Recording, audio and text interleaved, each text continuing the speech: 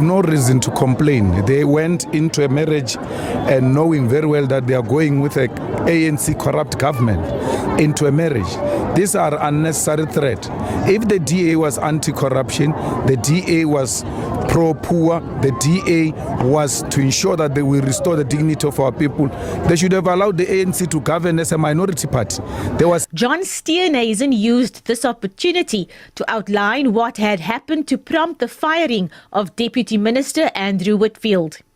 On the 12th of February, Deputy Minister Whitfield had written to the President requesting permission to travel. 10 days later, he had not received a reply or any response whatsoever about the trip. Whitfield subsequently wrote to the President to apologize if he had caused offence. Again, he received no response. Steenhuisen says he was not even given a heads up.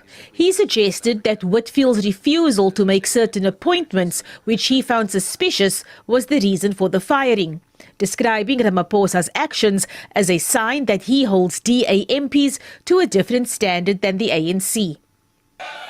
While a DA Deputy Minister is removed for not getting a response to seeking permission to travel, there are members in the Cabinet who are implicated in the VBS scandal and looting.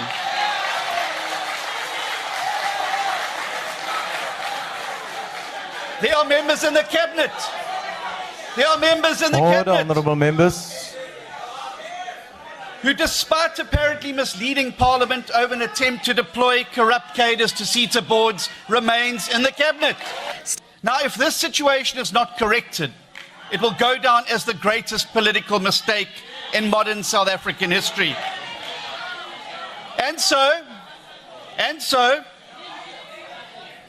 seeing the President is now cleaning house, I would like to suggest that he sweeps in front of his own doorstep before he sweeps in front of the DA's doorstep. And so, we're calling on the President to fire those ministers and deputy ministers involved in the Zondo Commission report, involved in serious charges of corruption, and those who have been involved in recent weeks of misleading this Parliament.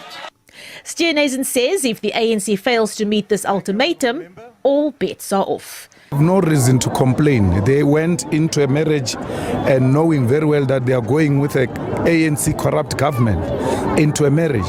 These are unnecessary threats. If the DA was anti-corruption, the DA was pro-poor, the DA was to ensure that they will restore the dignity of our people, they should have allowed the ANC to govern as a minority party.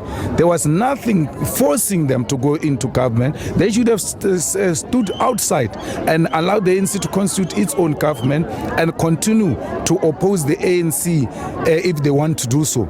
You cannot oppose the government you are part of. They are in government.